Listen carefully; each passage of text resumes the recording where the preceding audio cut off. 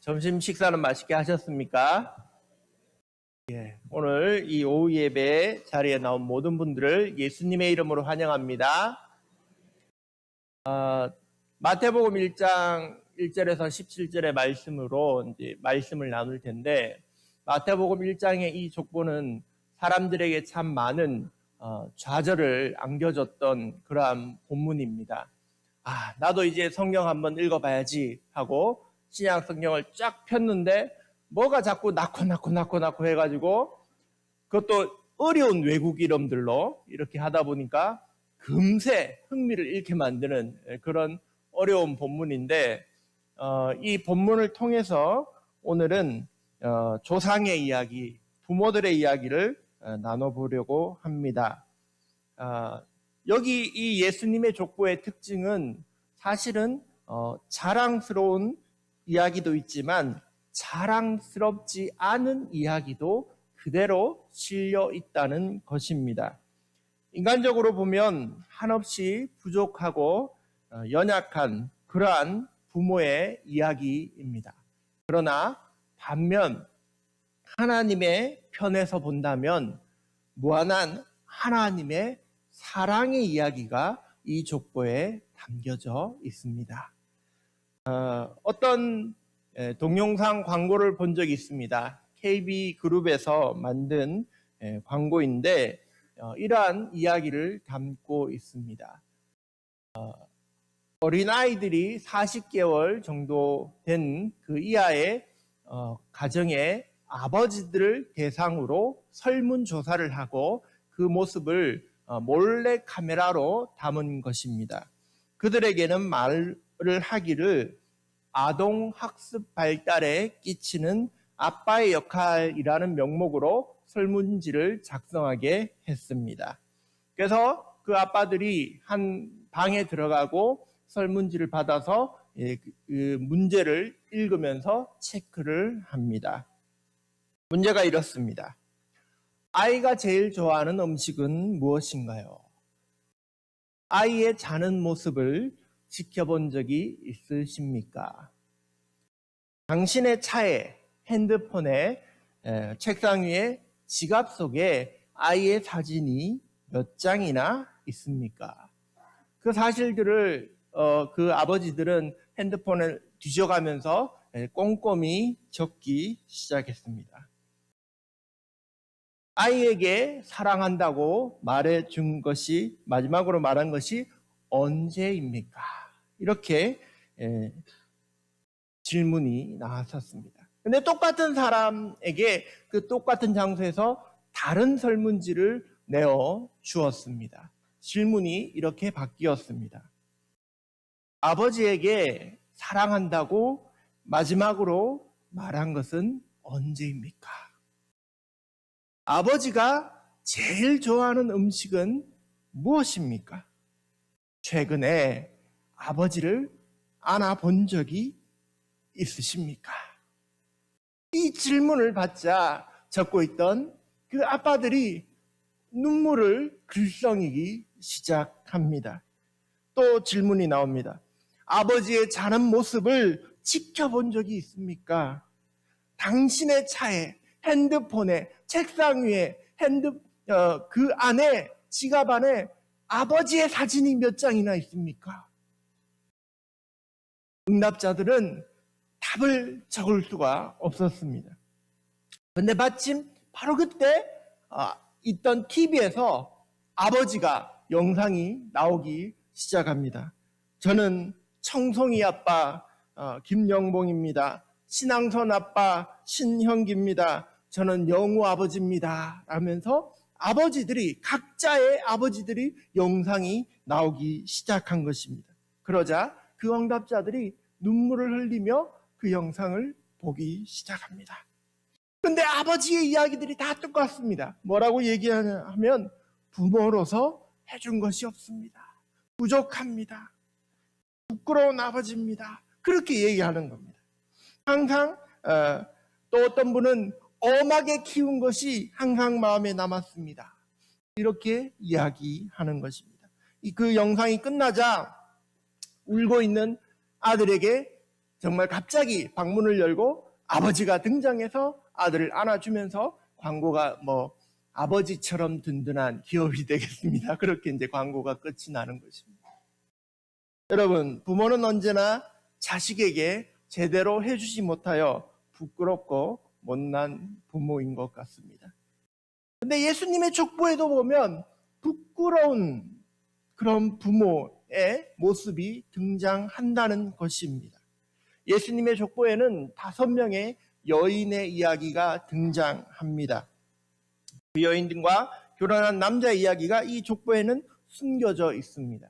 족보의 시작은 아브라함과 다윗으로 시작하는데 그 다음 줄에 유다와 다말의 이름이 등장합니다. 유다와 다말은 처음에는 원래 시아버지와 며느리의 관계였습니다. 그런데 다말이 결혼했던 남편이 일찍 죽게 되고 그리고 두 번째 남편도 죽게 되자 꾀를 내기 시작합니다. 내가 이대로 있으면 아이도 없이 죽겠구나. 내가 아이를 가질 수 있는 방법은 시아버지밖에 없다. 그렇게 생각하고는 상처에서 아내가 일찍 죽어서 슬퍼하는 그 시아버지에게 분장을 하고 나타납니다.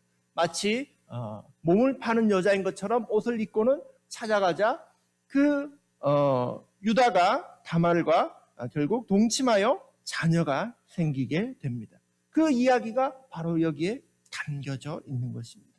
또 그 다음에 여호수아 시절에 여리고성을 점령할 때 정탐꾼을 보내게 됩니다. 근데 그때 그 성에서 기생, 술을 팔고 몸을 팔던 여자 라합이 정탐꾼을 살려주고 그 대가로 그 집안이 살아난 사건이 있었습니다. 근데 그 이름 바로 라합이 예수님의 족보에 떡하니 올라가 있는 것입니다.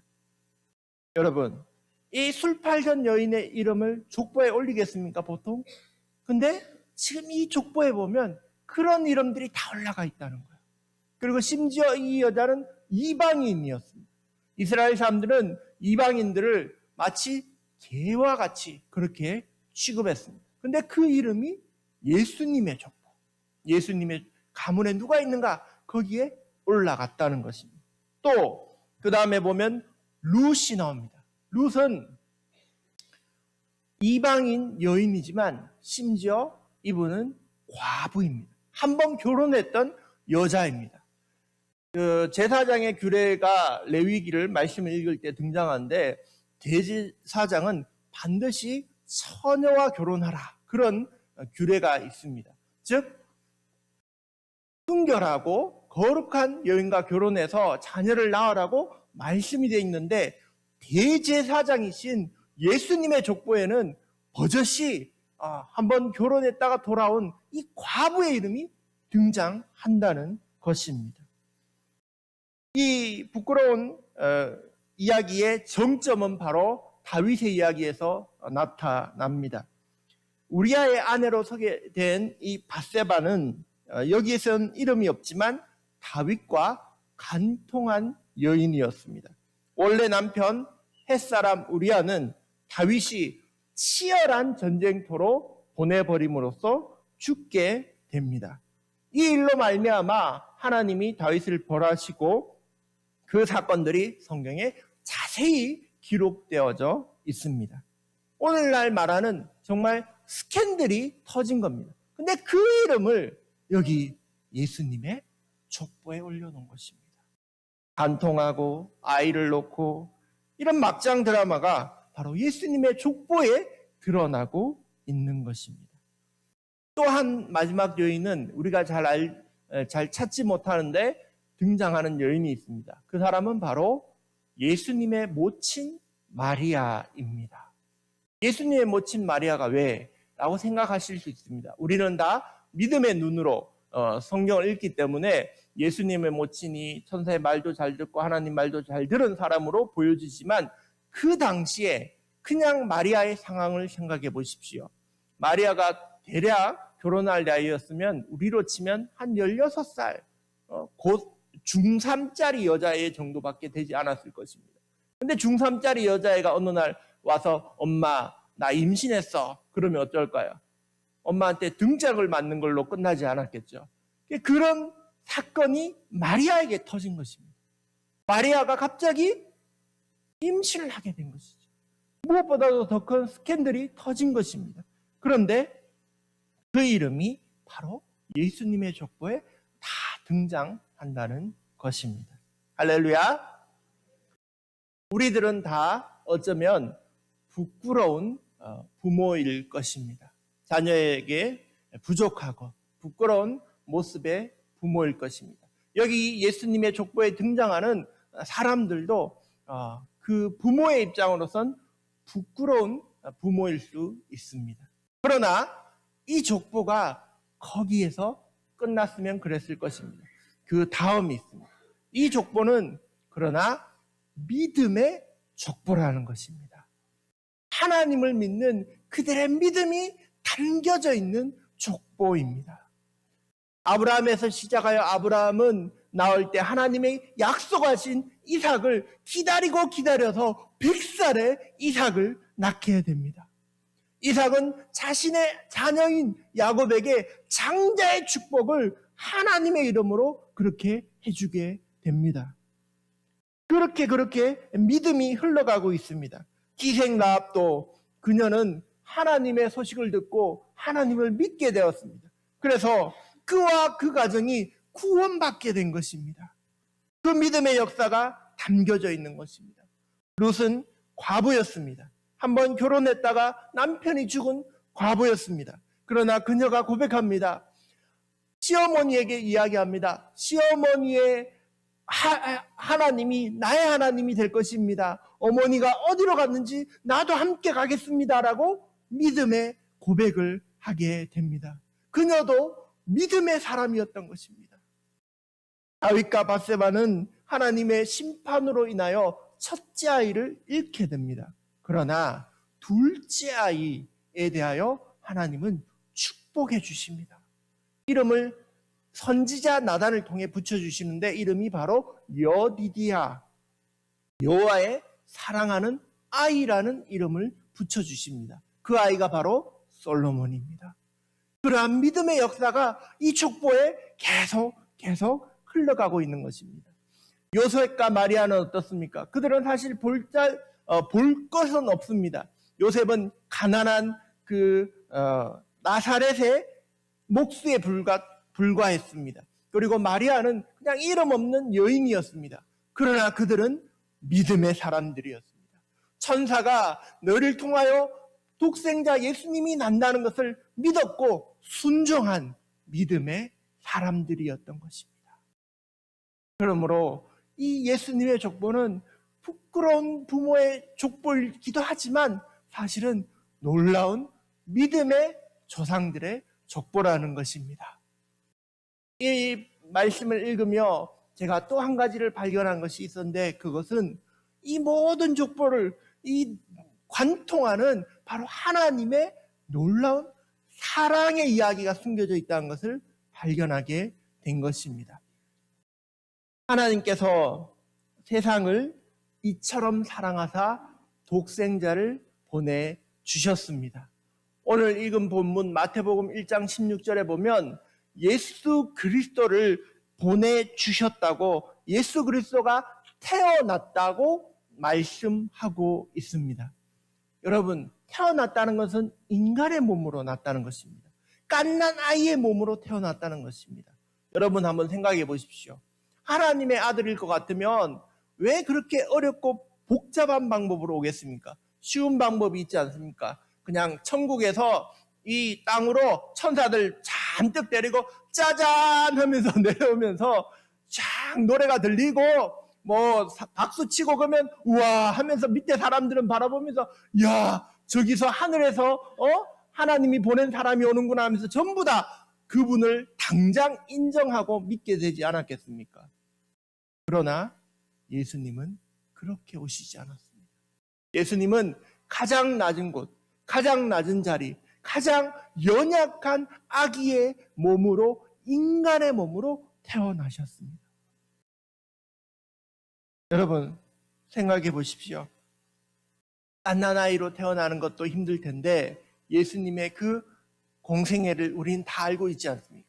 얼마나 채찍에 맞으며 얼마나 십자가에 달려서 아파하고 얼마나 비참하게 죽을지를 우리는 다 알고 있지 않습니까? 하나님도 아셨습니다.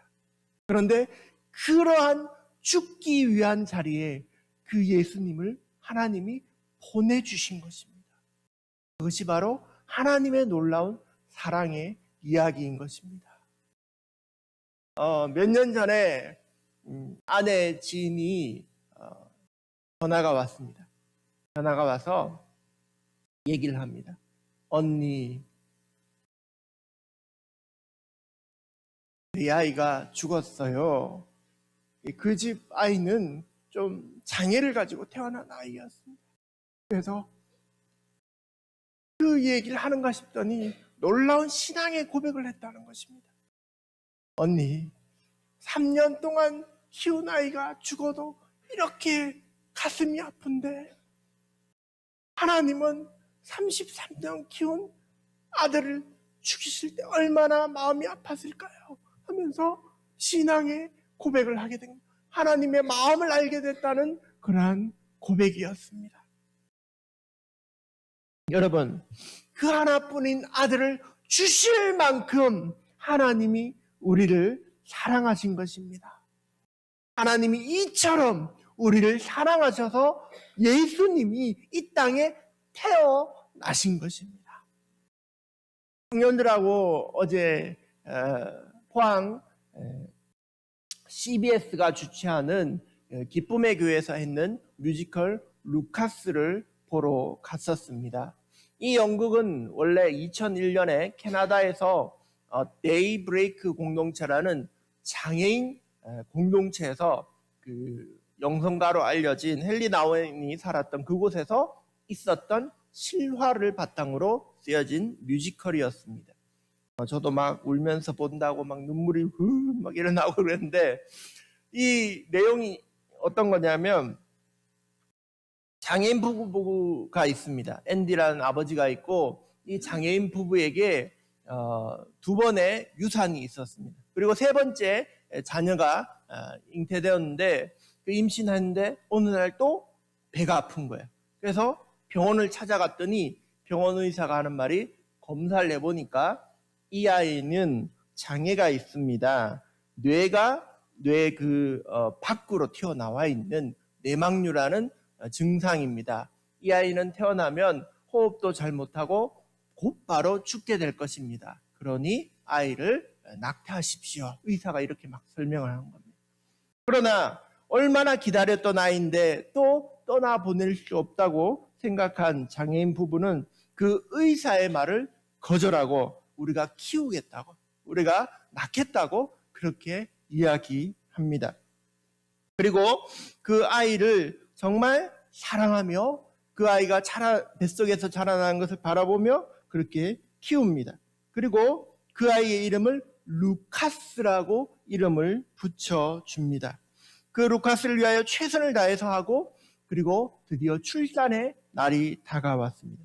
긴장되는 순간 그 아이를 받은 부모는 정말로 아름답고 예쁜 그 아이의 얼굴을 바라보며 아름답고 사랑스럽다라고 말합니다. 그 아이의 머리에는 뇌가 튀어나와 있었는데 그것이 감싸고 있는 주머니가 달려 있었던 것입니다. 그 아이를 조금이라도 편안하게 해주기 위해서 피부에 밀착해서 안고 있었는데 의사는 태어난 지 15분이면 죽을 것이다 라고 말을 했습니다. 그런데 주어진 시간 15분이 지나고 1시간이 지나도 아이가 괜찮자 병원 의사가 말합니다. 아이를 데리고 집에 가십시오. 제가 할 수 있는 것은 다 했습니다. 그래서 집에 아이를 데려와서 이제부터 이 아이를 위해서 생일잔치도 하고 날마다 선물도 주고 그 공동체 그 장인들이 다 모여서 함께 축하하며 잔치를 벌리는 것입니다. 그렇게 해서 매일 기쁘게 그 아이를 위하여 축복하며 17일을 보내고 드디어 17일째에 그 아이가 하나님 품에 안기게 됩니다. 루카스를 떠나보내는 날 함께 장례식을 치르게 됩니다. 공동체 식구들이 조용히 예배를 드리게 됩니다. 앞으로 나와 루카스의 부모가 침묵을 깨고 말을 합니다. 루카스와 함께한 그 9개월의 시간이 얼마나 행복한 시간이었는지 말하며 루카스 고맙다. 네가 있어서 내가 아버지가 될 수 있었다. 라며 사랑의 고백을 하게 됩니다. 어제 있었던 연극 마지막에도 앤디 역, 아버지 역을 맡은 사람이 외치면서 노래를 부릅니다. 루카스 사랑한다, 사랑한다, 내 아들 이렇게 말을 합니다. 이 연극 마지막에 또 이렇게 얘기합니다. 당신도 그분의 루카스다. 당신도 하나님의 사랑하는 자녀다라고 그렇게 말을 하고 연극이 마무리되어집니다. 여러분, 예수님의 이 족보에는 부끄러운 부모의 모습이 있을지 모릅니다. 그러나 이 족보는 믿음의 족보이고 하나님이 우리를 얼마나 사랑하시는지 보여주는 그러한 이야기가 담겨있는 족보입니다. 하나님이 여러분을 사랑하는 줄 믿습니다. 부족한 우리 가운데도 함께 하시는 주님을 찬양합니다. 예수님의 이름으로 축복합니다. 아버지 하나님, 오늘 예수님의 족보를 함께 살펴보았습니다. 우리를 사랑하시어 죽을 수밖에 없는 아들 예수님을 우리에게 보내주신 주님을 찬양합니다. 우리를 사랑하시고 구원하신 하나님을 기뻐합니다. 주님, 우리에게 그 구원의 감격이 언제나 넘치게 하시며 그 기쁨으로 살아가게 하여 주시옵소서. 감사드리며 예수님 이름으로 기도드립니다. 아멘.